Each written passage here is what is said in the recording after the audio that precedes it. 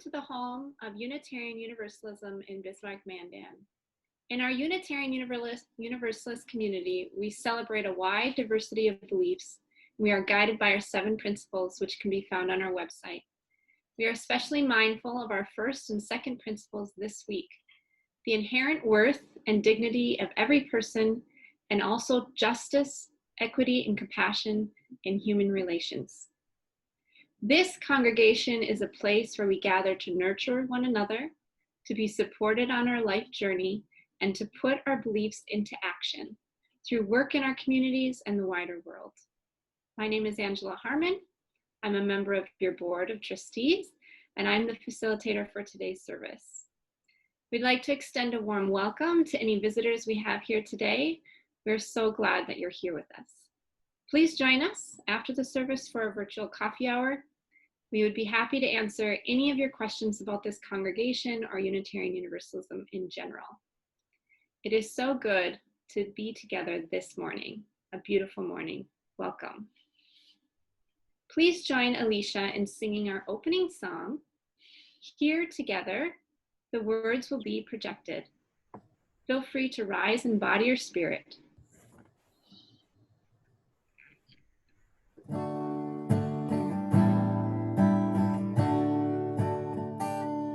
We are here together in this home, amen. And we're grateful for the winding road that brought us to this place. We are here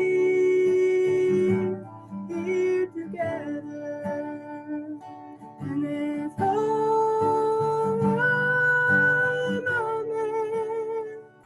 And we're grateful for the winding road that brought us to this place. Please join us in a spirit of meditation, reflection, or prayer as we deepen into our service and share our opening words for this morning by the writer and Presbyterian minister Frederick Buechner.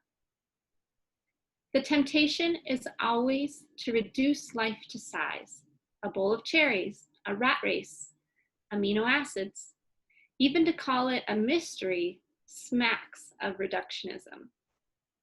It is the mystery. And as far as anybody seems to know, the vast majority of things in the universe do not have whatever life is. Sticks, stones, stars, space, they simply are. A few things are and are somehow aware of it. They have broken through into something, or something has broken through into them. Even a jellyfish, a butternut squash, they're in it with us. We are all in it together, or it in us. Life is it, life is with. Some Unitarian Universalists practice the ritual of empty chair. We are including this ritual today. During this time, we are together in this virtual space and missing one another's actual presence. The chair is pulled up for people who are in our hearts, but not physically present with us for any number of reasons. You can invite who you'd like, but today I'd like to invite my sister, Teresa, who's been in quarantine and has been struggling with a lot of unexplainable health issues. We light our chalice this morning as Unitarian and Unitarian Universalists do all over this continent and beyond. For this 1 hour on a Sunday morning, people of good will gather to illuminate their corner of the world. We are glad to be in such fine company. If you have your chalice with you this morning, I'd invite you to turn on your video and share as we light them together.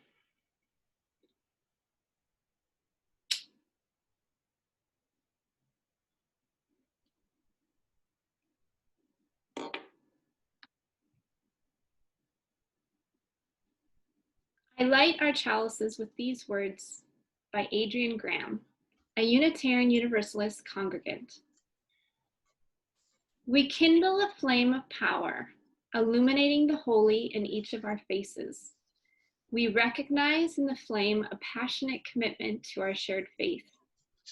We are held and carried from day to day, week to week, in the shining of the light. This flame is mine, as well as yours. We're brought together on this day, called to growth, to expansion within its glow. What does your heart know while beholding this holy fire? When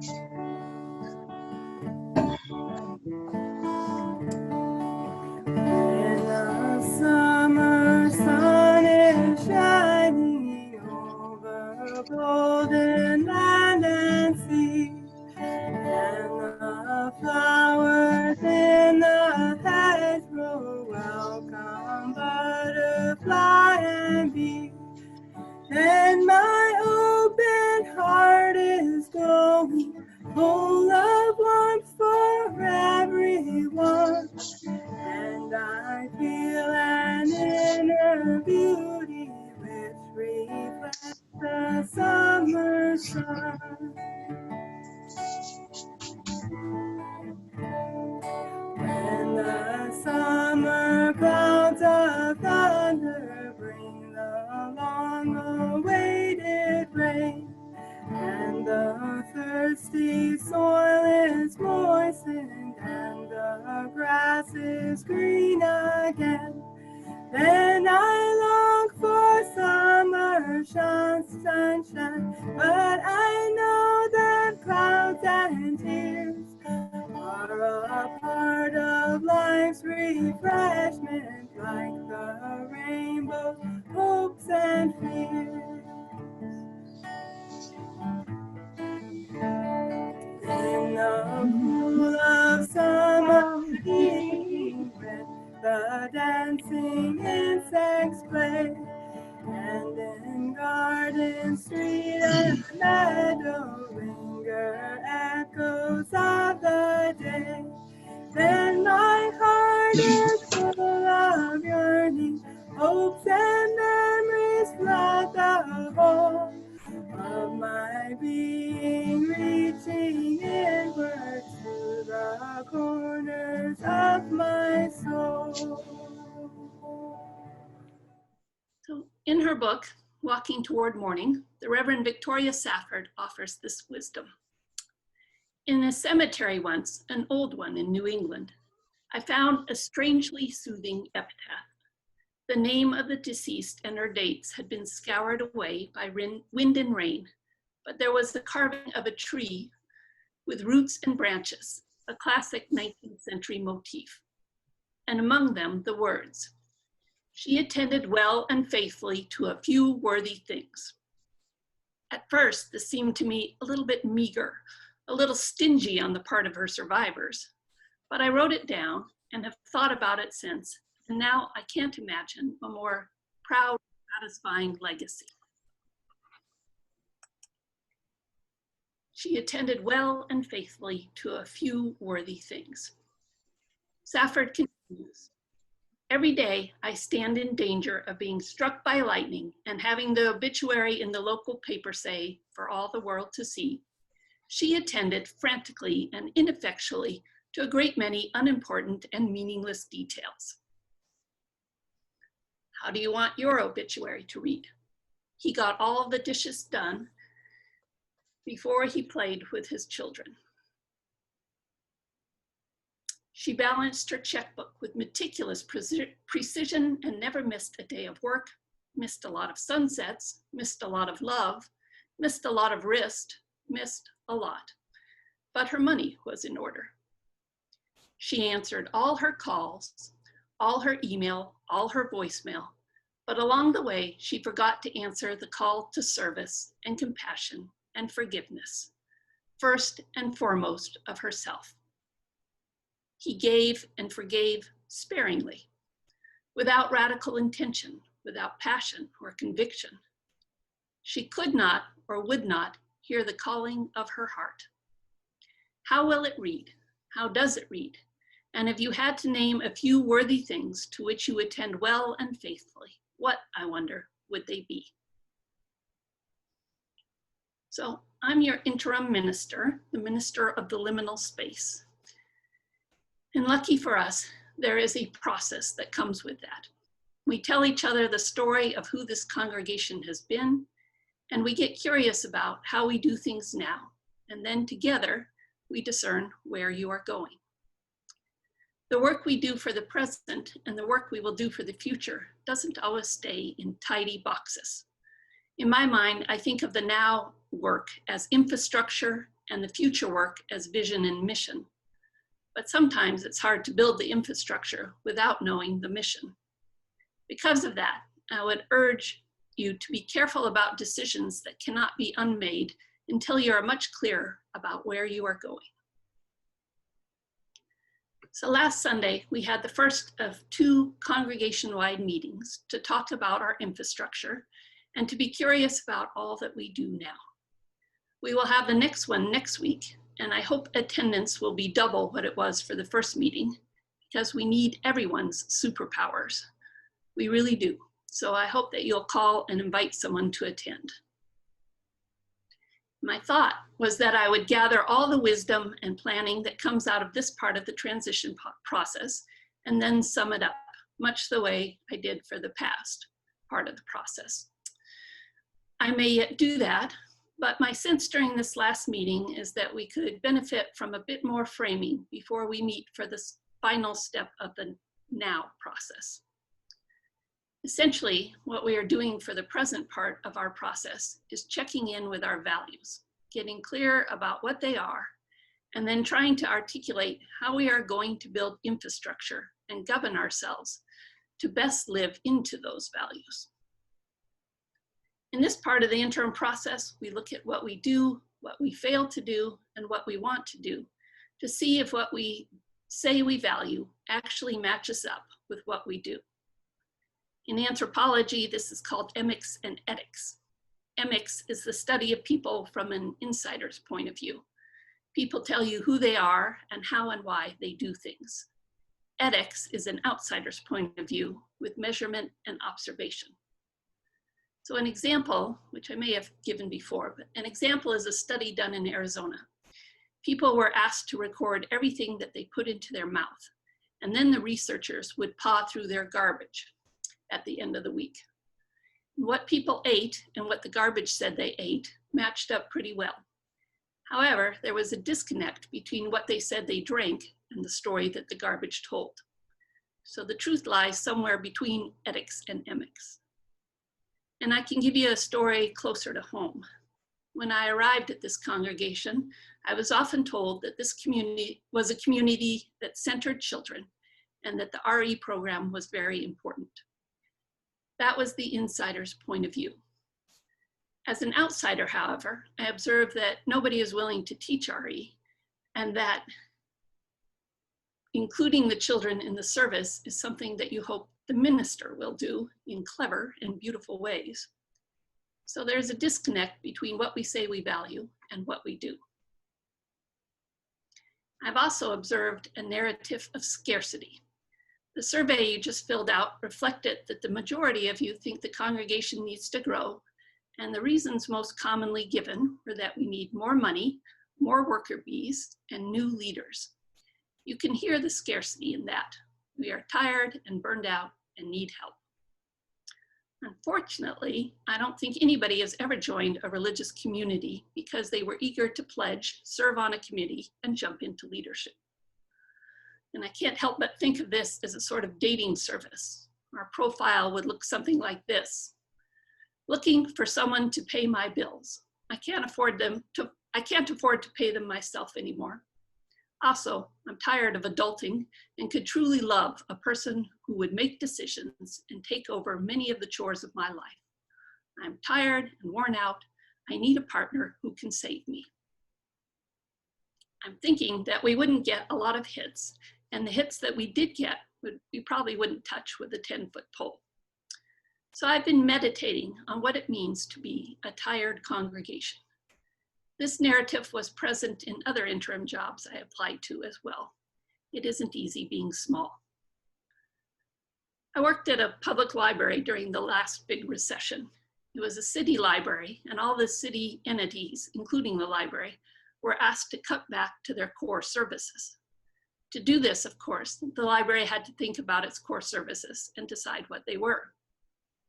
As we began to come out of the recession, I often pointed out that that mindset of core services was becoming detrimental. We were a little stuck in being the least we could be. So I want you to hold that cautionary tale, because I have some things I want you to think about with me. But I want to remind us all to be nimble and to hold things lightly and always, always be ready to grow and transcend and become. We are making plans for the here and now, but I hope that in a year or so, we'll find ourselves further along the path and these plans won't fit anymore. We'll have outgrown them. I'm wondering, however, if this is a time to decide what our core services are and pour all of our time, talent, and treasure into those with an eye towards the future. Exhaustion and burnout are common themes in this congregation. So that rather than waiting for rescue, perhaps it is time to return to basics. The transition team put together a survey and designed a first meeting to help you discern what those basics are for yourself and for this community. And I would encourage you to start from your religious values. Only you know what those are, but I hope you will be vulnerable and share them with your fellow congregants as we build toward collective values. I made the observation early in my time here that I did not see a center in this congregation. I think you have actually named your center in the survey. You deeply, deeply value community, but I'm not sure you figured out ways to fully live into that yet. You also expressed a value for intellect, for reason, for justice, for multiculturalism, for cultivating an open mind, and for your own deepening. There may have been others, but these stood out to me. I hope you can collectively name your core values or our core values next week. And after we name these values, we can decide how to structure our governance so that we can live into those values. So what I'm suggesting is that you pick a few worthy things to attend to well and faithfully, to pick the number of things that you can be energized and excited about, and put the rest on hold until you have more capacity. I think, and I have seen this happen in numerous congregations, that if you do a few things well, if you live into your values in a way that people in the community notice, growth will follow. But you may have to start small, getting your own house in order first. Growth in a new minister may be down the road, just a little ways. I love, I think more than the rest of you, my ship analogy. We need to get this ship ready to sail. We are hearing this ship has a lot of deferred maintenance and may need some tender loving care, which will cost significant money. But this ship, sailing as it does across from the capital, has enormous potential to be an amazing asset for you, as a highly visible sign of who you are, as a gathering place for community organizing, as a rental space for fundraising, as a canvas for your message.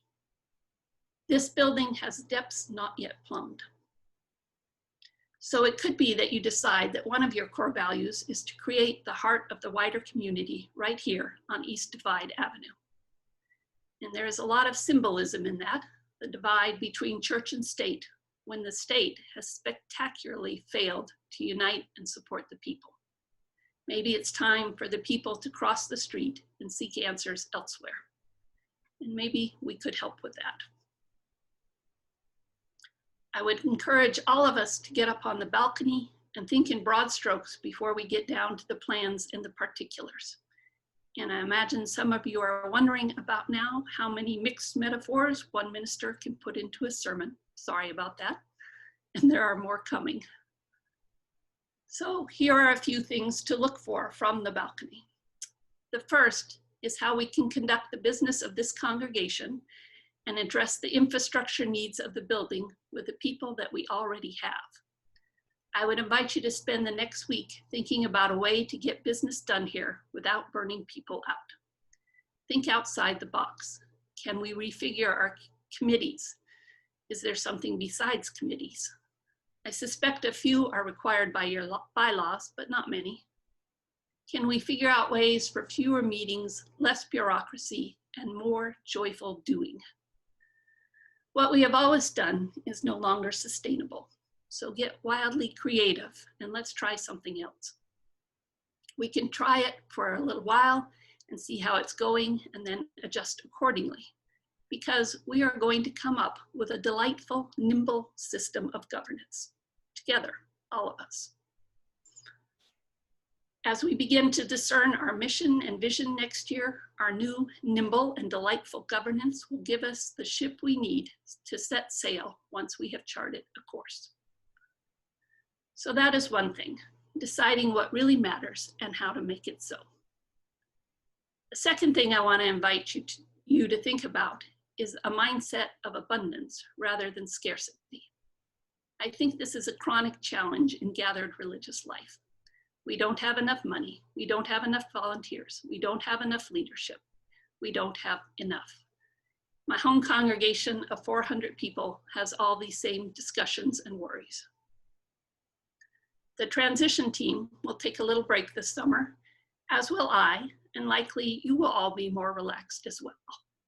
So maybe we can use this time to deliberately address our mindset of scarcity in our own thoughts and behaviors, so that when we return to the process in the fall, ready to discern what our covenants and our relationships are calling us to do, we can begin with hands open rather than fists clenched.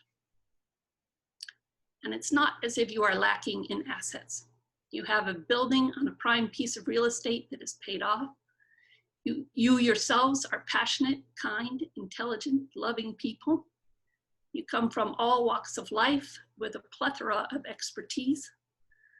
You are part of a faith tradition that supports and encourages you and has some resources to lend. And you are North Dakota strong.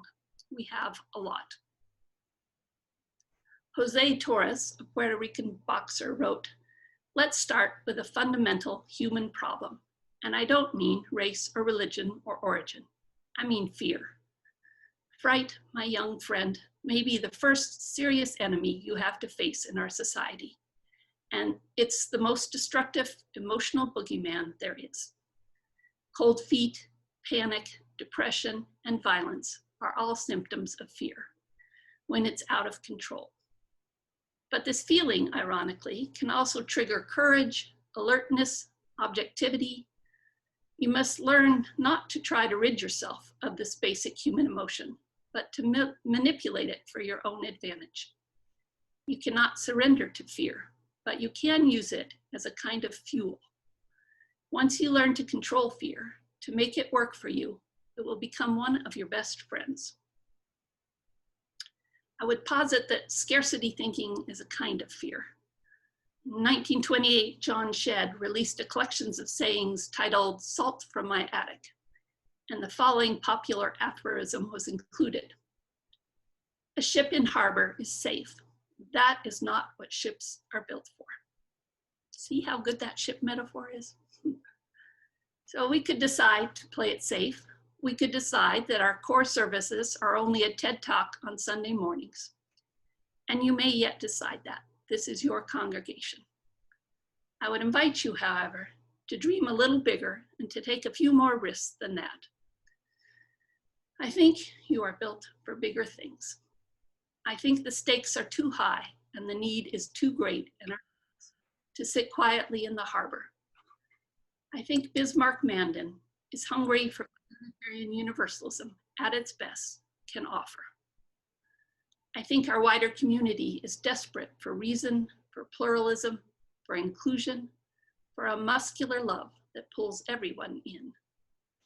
And I think you are hungry for belonging, for love, for company on this tricky journey that we call life. I think you are being called to work the magic of love in this community. So let me outline the now work one more time. 1, get clear on your religious values and our collective values by next Sunday afternoon. And that is possible because you already know. You just have to say them out loud.